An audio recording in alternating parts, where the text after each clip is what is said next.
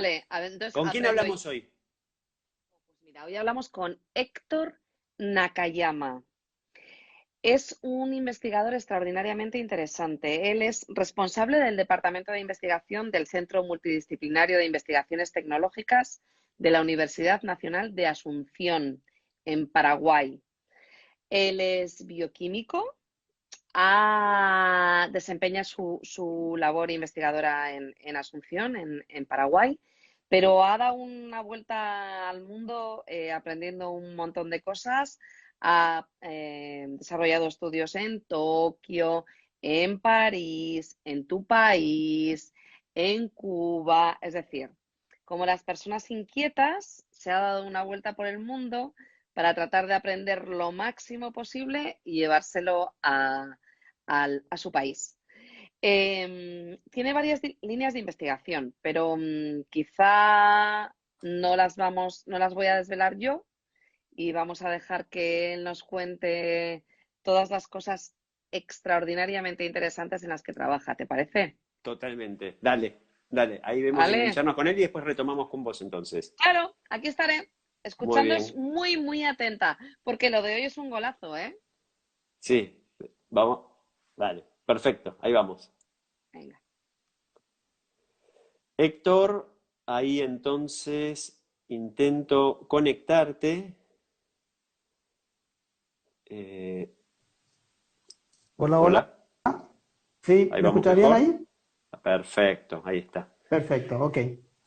Eh, Héctor, bueno, arrancamos con esta primera parte para ponernos en tema, para que nos cuentes un poco cuáles son tus líneas de investigación, por dónde van. Ok, excelente. Yo quería, en primer lugar, agradecerle a ustedes por la invitación a Paloma Voz. Para mí es una oportunidad espectacular para estar conversando con ustedes y, bueno, con todo lo que nos están escuchando. Yo empecé trabajando en el área de la salud. Trabajé 10 años en temas de eh, productos naturales con actividades antiparasitarias, pero después hice un cambio en mi vida y en mi vida profesional y empecé a incursionar en el tema de la biotecnología agrícola. Empecé con trabajos en el INTA justamente, en la Argentina, en el laboratorio de microbiología de suelo, trabajando con inoculantes, con Bacillus azospiril, una serie de microorganismos que se utilizan en el sector agropecuario. Actualmente mi línea prioritaria, digamos, o mi primera línea es la de mejoramiento de cultivos a través de mutación inducida, es decir, a través de la implementación de tecnología nuclear para el mejoramiento de cultivos. Esa es mi línea inicial, básica, digamos. Después estoy colaborando también con otras, como la de bioremediación a través de Ujú. plantas y la de biofertilizantes. Muy bien. Con la primera, te Ok. puedo llamar respetuosamente David Banner, el creador, porque trabajaste con rayos gamma, ¿no? A ver, para Exacto, generar esas ex- mutaciones. exacto. Es una de las metodologías, ¿verdad? La utilización de rayos gamma generadas por cobalto 60 es una de las fuentes que produce mutaciones.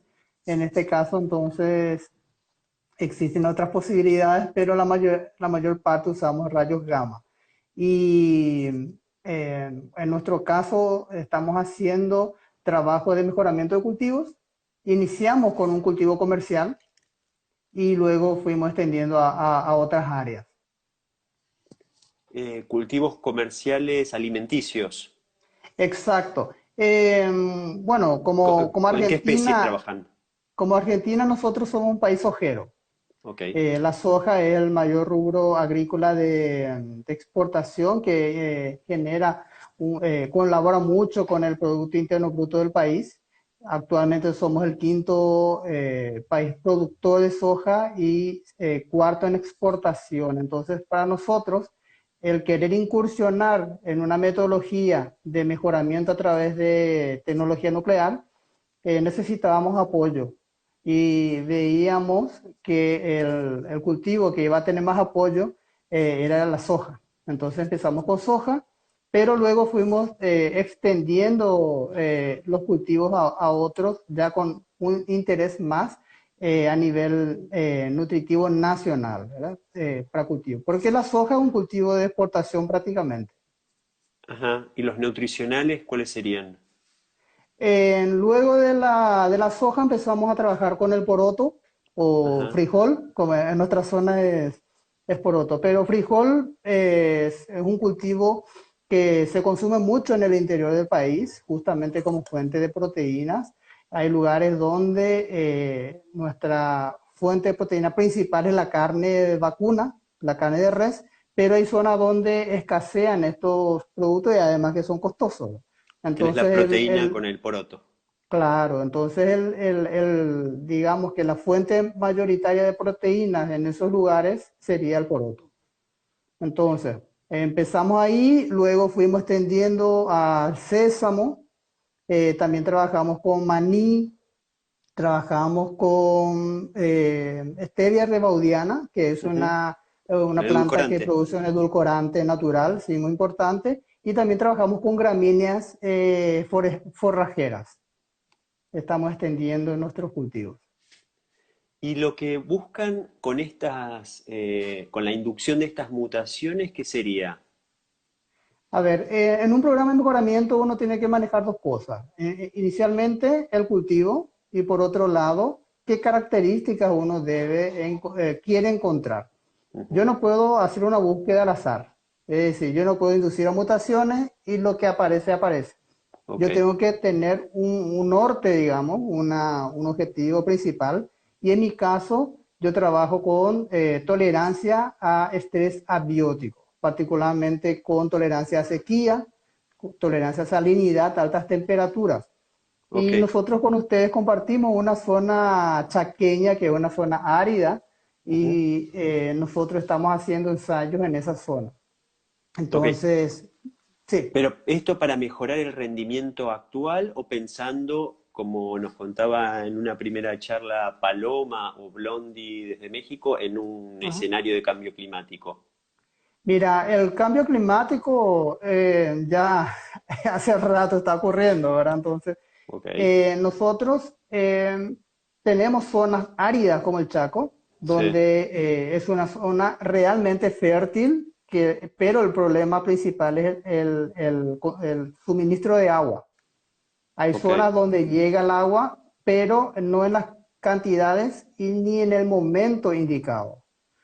Por otro lado, hay zonas donde normalmente hay cultivo, pero que en cierta época, cíclicamente, tenemos efectos de sequía. Entonces, lo ideal sería encontrar un material que sea tolerante, o sea, que se desarrolle normalmente en condiciones normales, pero que tenga un plus de desarrollo en condiciones de sequía. y entonces volver productivos esos campos que actualmente son semidesérticos. Exacto, Por ahí exacto. va la cosa. Bien. En realidad, nosotros, en la zona de producción sojera es la que bordea al río Paraná. Y en esa zona, Ajá. del lado paraguayo, Sí, pero del eh, lado paraguayo con del río Paraná y así todo se claro, porque complica. exacto, porque el agua que se utiliza es agua de lluvia. Ok. Existen empresas que son muy grandes, multinacionales, que tienen su sistema de riego, Mm. inclusive para cultivos de soja, que son cultivos extensivos, Sí, pero no todos tienen las mismas condiciones, ahí entonces está. se depende mucho de la lluvia. Entonces esto también podría ayudar a los pequeños productores que no tienen acceso al riego artificial para mejorar el cultivo. Exactamente, en el caso del poroto, por ejemplo, Sí. inicialmente nosotros estamos buscando material de poroto que sea resistente a virus. Estamos ya con algunos materiales interesantes que están con estas características, pero también queremos desarrollar de estos cultivos en otras condiciones. Imagínate tener un poroto resistente a virus que yo pueda ofrecerle a un pequeño productor, a una familia, que no va a necesitar de realizar ninguna fumigación porque el Ujú. virus es transmitido a través de insectos o de arácnidos, ¿verdad? Entonces, como vectores de las eh, enfermedades. como por vectores. Entonces, la forma de controlar estos virus es a través de control de los vectores, es Ujú. decir, aplicando productos Químicos. químicos, ¿verdad? Sí, Entonces, si yo tengo un material que es resistente al virus, yo no voy a necesitar hacer ninguna aplicar el químico. aplicación. Ok, Exacto, entonces bien, va por ahí. bien, muy bien. Y estas, viste que a veces hay fantasmas también vinculados a lo que tiene que ver con las modificaciones genéticas. Estas plantas ya pudieron llevarlas a productores, lograron, después quiero retomar de vuelta al principio, pero Sí. pudieron ir con productores con las plantas, vieron si son aceptadas. En este momento todavía no estamos en esa fase. Ah, ok, bien, Nosotros estamos haciendo todavía las pruebas porque en un proceso de mejoramiento hay que verificar muchas cosas previas al trabajo con los productores. claro, Entonces, ok. pero sí está contemplado, por supuesto, por supuesto. Y volviendo al principio, vos, para entender un poco mejor el trabajo este de modificación, vos te pones un norte y decís, quiero que sea resistente a la sequía, a la salinidad, eh, Altas temperaturas. a altas temperaturas, y entonces, ¿cómo sigue el proceso? Ese ya Bueno, decís, esa es mi meta. Y entonces, ya, vamos a ir a la parte previa, ¿verdad? Entonces, yo tengo un dale. objetivo, pero lo que hacemos con la generación de variabilidad es lo siguiente. Nosotros sometemos, en el caso de del poroto de la soja, sometemos a diferentes dosis de radiación gamma inicial, que son dosis muy bajas, controladas, y a partir de allí se determina cuál es la dosis ideal para generar la mutación, porque dosis muy bajas no me va a generar tanta variabilidad y yo voy a tener menos posibilidades de encontrar un mutante. Y por otro lado, si la dosis es muy alta, me va a afectar ya la parte morfológica y fisiológica de la planta, que eso va a va a ser perjudicial para el desarrollo de las mismas, ¿verdad? Entonces, yo tengo que encontrar un punto medio donde la radiación es capaz de producir una mutación puntual, puntual, es decir, para una característica especial, pero que no me afecte al desarrollo normal de la planta ni a su composición. Porque al final de todo, esto es para consumo y nosotros hacemos control de calidad, tanto nutricional como toxicológica, Ah, espectacular. de estos productos. Bien, es decir, que nunca va a llegar al punto de que se convierta en Hulk porque estuviste en ese punto a donde la Claro, convertís, es una planta segura, chequeás, y exacto. después una vez con este punto donde encontraste el equilibrio, ¿qué haces para ver si efectivamente pasó esta mutación que era la que vos buscabas? ¿Cómo lo Ok. chequeás? Sí, este proceso tiene dos etapas. En la primera etapa es la generación de la variabilidad. Y hay que considerar que el sometimiento a estas radiaciones generan cambios puntuales, pero completamente al azar. Yo no puedo controlar en qué punto o en qué parte del genoma está produciendo un cambio. Entonces, todas las Ajá. inducciones de mutaciones, tanto físicas como químicas, son al azar. Ahora, en la Ujú. segunda etapa, de este procedimiento viene la selección. Es allí donde yo voy a introducir cambios para seleccionar el material que se pueda desarrollar bajo ciertas condiciones. En el caso de la tolerancia a la sequía, por ejemplo, en primer lugar yo hago en condiciones controladas de invernadero las Ujú. semillas que se van produciendo, yo someto a condiciones de estrés Ah, hídrico y las que se van desarrollando son las que tienen, digamos, el potencial de desarrollarse en condiciones de sequía. Por supuesto, siempre comparados con las semillas paternas, ¿verdad? Las semillas que les dio ok. origen sin ningún cambio, digamos, las iniciales. Entonces, a partir de allí, yo voy haciendo los ensayos. Luego, nuestro caso, ya fuimos al Chaco a llevar estos materiales, el Chaco Central, donde hay unas cooperativas muy grandes de producción láctea que tienen campos experimentales y fuimos trabajando con ellos para ver el comportamiento de nuestros materiales. Ajá. Entonces, Entonces tenemos una etapa de inducción o de generación de variabilidad y luego una etapa de selección. Son Bien, dos etapas. bien, no, espectacular. Quiero tocar los otros temas, pero me seguiría toda la charla con esto, te digo. Ok, Me parece que es podemos, bien, podemos continuar en próximas reuniones. sí, me parece que es bien aclarador, esclarecedor de cuestiones. Pero también nos decías antes que estaban trabajando o que trabajás con lo que es biorremediación. Sí. Ahí sobre qué temas, sobre qué tipo de suelos o tipo de contaminaciones trabajan. Ok, nuestro equipo trabaja exclusivamente con contaminación hídrica, es decir, Ajá, masas de agua. No sí. trabajamos con suelo, no trabajamos con aire por el momento. Ah, ok. La idea es extender para esas áreas también, pero inicialmente es exclusivamente para tratamiento de efluentes, sobre todo lo que tiene que ver con efluentes domiciliarios, eh, Cloacales fundamentalmente cloacales, o... sí, Ajá. también industriales y Industriales también. hospitalarios, y hospitalarios. ¿Y el Ahora mismo tratamiento ahí, nosotros, sí, con qué lo hacen? nosotros utilizamos un sistema de fitorremediación, que es la Ok. utilización de plantas superiores. En este caso, utilizamos sobre todo una especie que se llama Tifa dominguensis, Ajá, sí. que bueno, tiene varios nombres. Es la totora, La totora, eh, que es la que exacto. tiene como fruto una salchicha marrón, ¿no? Bueno, le llamamos cigarro. Un cigarro, bueno, Sí, sí. la inflorescencia es un cigarro. Y sí, es la misma. Ah, Es una mira. especie que crece en los humedales. Tal cual, sí.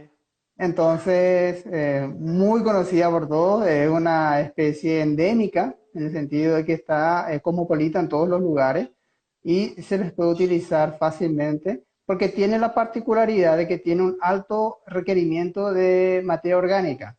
Entonces, para desarrollar la planta, ellos absorben toda la materia orgánica que hay en una masa de agua, por eso va depurando de esas sustancias. Y Ok. la otra particularidad de esta planta que no tienen las otras, que también hay en los humedales, es que esta es una planta palustre, es decir, que la raíz está en un sustrato sólido, digamos. Sí. Una parte va en el agua y otra parte aérea. Están en tres fases, digamos, Ajá. ¿sí? De la Sí. atmósfera. Sí. Ahora, si yo le coloco a esta planta en un sistema flotante, armando una isla, Sí. esta planta es capaz de desarrollarse y ahí absorbe mayor cantidad de materia orgánica. Cosa que no Ok. sucede, se convierte como un camalote, ¿verdad? Entonces Sí, va sí, sí, sí. flotando, pero a través de un sistema artificial, digamos. Y sería la versión nativa de el vetiver, por ejemplo, ¿no? Que el vetiver lo usan bastante en Asia como purificadora, pero Exacto. sería, ¿puede ser? O- Puede ser, sí, es un sistema parecido. Y en este caso, bueno, la ventaja de la totora es que es una especie grande comparado con los Claro, camalotes, puede llegar a claro. 2,5 metros, 3. Entonces, como la planta es grande, necesita mucha materia orgánica. Entonces, inclusive se demostró científicamente que puede absorber metales pesados, por ejemplo. Y los Entonces se lo utiliza. bioacumula. Va, Exacto. Entonces uno puede colocar una isla de totoras en el agua que tenga contaminaciones con metales pesados y luego uno retira esas plantas. Entonces puede disponer posteriormente de ese lugar que le va a ir dejando libre de metales pesados en este caso. Ahora, mira, te me río cuento un que poco porque hace poco hice un almácigo, estuve sembrando totora. Vamos a en ver si serio, prosperan. qué Sí, sí, bueno. sí. Mira que se, Pero para se, se una utiliza costa. muchísimo, sobre todo hay un sistema, yo te estuve hablando de las islas flotantes, pero también hay un sistema que es de humedales construidos, es decir, donde se hace como una pileta, pero no tan profunda, con una grava ahí de piedra y ahí Para que funcione por ahí. sí, entonces toda el efluente o lo que va del domicilio Sí. pasa por ese sistema y eso va a ir depurando. Entonces, un sistema orgánico, natural, de ir también disminuyendo las contaminaciones domiciliarias, que luego puede ir eso al cauce hídrico normal sin ningún contaminante. Muy Tiene bueno. muchas aplicaciones. Sí. Y ahora nosotros estamos con un problema grave que salió mucho en las noticias locales. Hay Ajá. una laguna Cerro, que es una laguna que fue contaminada con una empresa que se dedica a la curtiembre. Ah, que La, tienen cromo de esa todo ahí, laguna, ¿no? de todo, de todo. Claro. Esa agua en realidad quedó roja. Mm, Entonces, estamos viendo con el Ministerio del Ambiente, trabajo conjunto para ver si podemos hacer algo para recuperar esa laguna. Entonces, desplegar unas cuantas balsas con totoras, eh, con tifas. sí, estamos viendo varios sistemas. Vamos Claro. a ir haciendo sistemas combinados, digamos. No, buenísimo. Encima sirve como una experiencia piloto para ver después de replicarlo en otros lugares. Claro, y además que las plantas son hermosas, se utiliza mucho en paisajismo, ¿verdad? Sí, sí, Entonces, bueno, por ese lado iba, fue las siembras que ok. hice. Ah, perfecto. Sí, sí, sí, fue muy lindo. Este, y Héctor, entonces te voy con uno de los terceros puntos en los que vos trabajás, que es el tema de bacterias, porque Sí, tenés un abanico, amplio. digamos, bastante amplio Pasa que en de nuestros líneas. países en desarrollo uno no puede quedarse con una sola cosa, entonces tiene que ir incursionando en varias para ir solucionando también varios problemas. Y además que yo no trabajo solo, ¿verdad? Trabajo en un equipo donde somos varios compañeros que hay. Yo soy bioquímico, pero la mayor parte de mi equipo son ingenieros agrónomos, ingenieros forestales, biólogos, entonces nos complementamos. ¿Con qué especies están trabajando o qué hacen con las bacterias? A ver, ¿Cómo? con relación a las bacterias, lo siguiente, existen bacterias que están en el suelo Ujú. naturalmente y que Sí, son capaces de fijar el nitrógeno de la atmósfera. sí. Entonces, nosotros lo que hacemos, y ya se utiliza comercialmente desde hace muchísimo tiempo, es aislar bacterias que están en el suelo, Ujú. ¿sí? Identificarlas. Y existen tres con las que estamos trabajando, que son Bradyrhizobium, el Azospirillum, ambas fijan nitrógeno de la atmósfera, y la Pseudomonas fluorescens que fija fósforo, solubiliza el fósforo. Ujú. Entonces, de estas bacterias, cuando nosotros aislamos, purificamos, identificamos, empezamos a ver cuáles son más eficientes en la fijación de estos minerales. Luego, en otro proceso, lo que se hace a través de bioreactores, la multiplicación y la producción comercial de estas bacterias que se entregan a los productores que son los que utilizan. Y también, por supuesto, en el momento que uno utiliza una bacteria que es habitante normal o sí, natural del suelo y que pueda fijar nitrógeno para entregar a la planta, eso implica disminución en el uso de nutrientes químicos, ¿verdad? Como la urea y todos estos nutrientes que se utilizan en el cultivo. Entonces, es una forma, por eso lo llamamos biofertilizantes, de utilizar a estos bichitos que están en el suelo que Claro. nos ayuden con el cultivo. Y esto se usa a nivel tanto para grandes cultivos como los cultivos extensivos, como los intensivos, ¿verdad? Entonces, en el caso del poroto también funciona. En el caso del maíz, que son consumidos de forma importante en otros países, funciona. Bien. No, y ahora con esto que decís, vinculando a lo de la tifa con el uso de plantas, me acuerdo la charla, Elena Fernández nos contaba que utilizaban también helechos Ajá. para descontaminar suelos o con un montón de funciones. Ustedes tienen una biodiversidad enorme con plantas, estuvieron más allá de la tifa para trabajando, para hacer Eh, algún tipo de extra. Además de la tifa, en realidad es la que está más adaptada a todo. Sí, Existe otra especie como el Cyperus giganteus, que sí, es el el papiro papiro, famoso, sí, sí, exacto, que también tiene esa función depuradora, pero no tiene la facultad de flotar, es decir, de desarrollarse en flotación. Normalmente se utilizan también sistemas combinados, totora o tifa con Cyperus y camalotes. pero con otro tipo de plantas no trabajamos. No trabajamos para remediación de agua, no trabajamos con bacterias ni con helechos, ¿verdad? Los Ok. helechos, tengo un compañero que trabaja con helechos arborescentes Ajá. que se utilizan sobre todo para sustrato para las orquídeas, entonces tiene otra Ah, connotación, no es para bioremediación, sino para sistemas de conservación, porque en nuestro caso esta especie se sí. utiliza para soporte y sustrato de la orquídea y está en peligro de extinción. Ah, por eso. Entonces, Porque los sí, helechos arborescentes están medio complicados. sí, entonces, como Los está están prohibido, lo cultivando que por ese estamos lado. haciendo es conservando, hacer sistema de conservación, multiplicación y que proveer a los viveros que Ah, utilicen bien, bien. de ese sistema y no de extracción del bosque, Claro. ¿verdad? Sí, sí. Entonces, el hecho no usamos. Eh, bien. Y extractos que puedan ser más allá de lo que tenga que ver con las bacterias, extractos vegetales para potenciar los cultivos tampoco. Tampoco.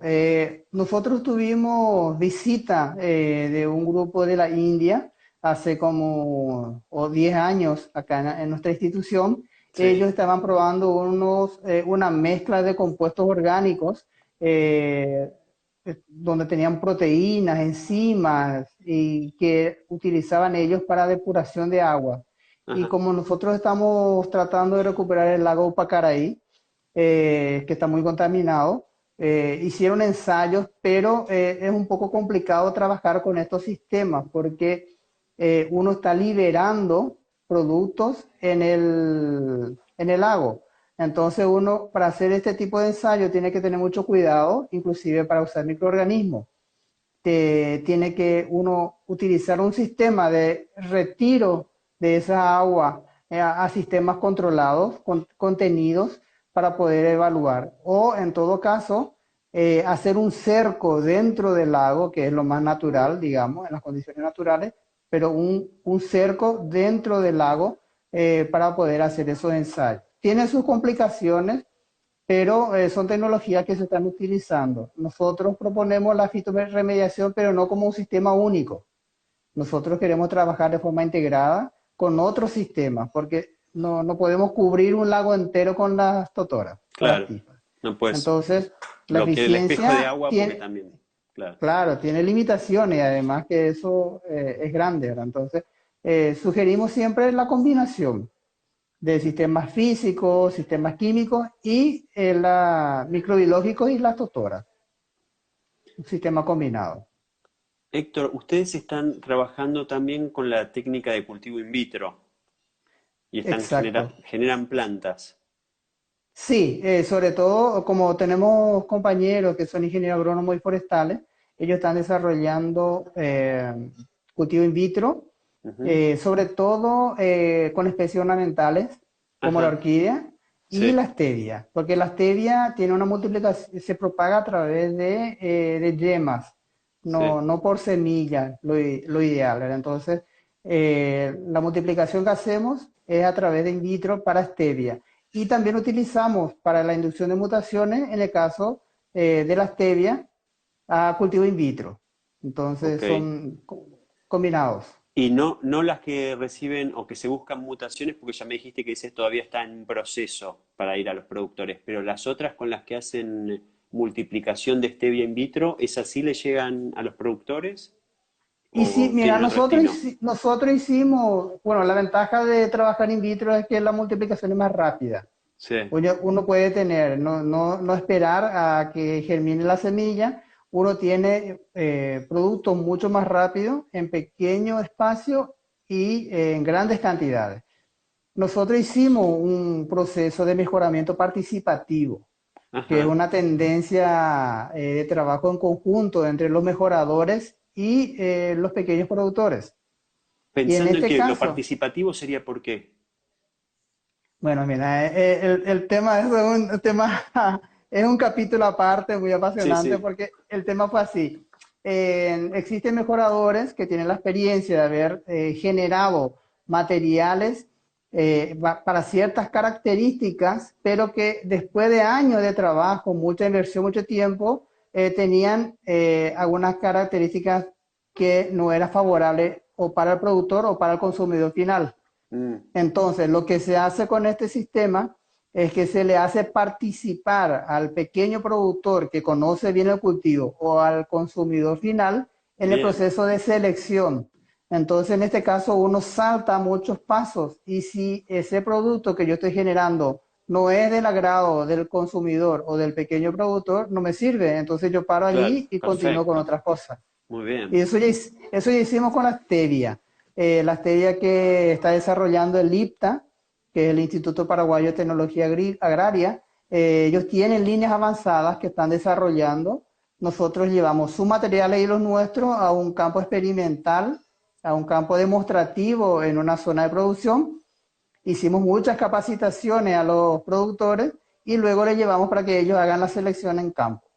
Y de esa manera, entonces, ellos nos ayudaban con ese proceso y tiene mucho trabajo de capacitación, mucho trabajo de contacto con los productores y con los consumidores. pero está muy bien, ¿eh? Está muy bien porque, y justo específicamente con lo que es la stevia, hay muchas veces que público o consumidores detectan algún sabor que no es Exacto. interesante en el edulcorante y entonces que hablen con Rechaza. consumidores, productores y todo está muy bien, está muy bueno, me Sí, parece. además que ellos cuando van a recorrer con la parcela, las parcelas, se le da una ficha y ellos marcan la planta que les interesa, nosotros sabemos cuál es, ellos pueden probar, es decir, arrancar una hojita, masticar y ver el dulzor, bueno, son varias Claro, características que muy ellos bien, ven. Es muy bien. interesante el trabajo. Héctor, escúchame, se nos está acabando el tiempo, pero tenemos un momentito por si nos querés decir algo que nos haya quedado colgado. Te digo de cualquier modo que me quedaría haciendo toda la charla con el primer tema, otra con el segundo Para el tema. segundo, ok. Sí, pero Mira, bueno, bueno, yo como decía al comienzo, me encanta esta posibilidad de estar en comunicación con mucha gente, de estar comunicando lo que hacemos, agradecerle esta oportunidad y también agradecer a las instituciones donde yo trabajo, que es la Universidad Nacional de Asunción.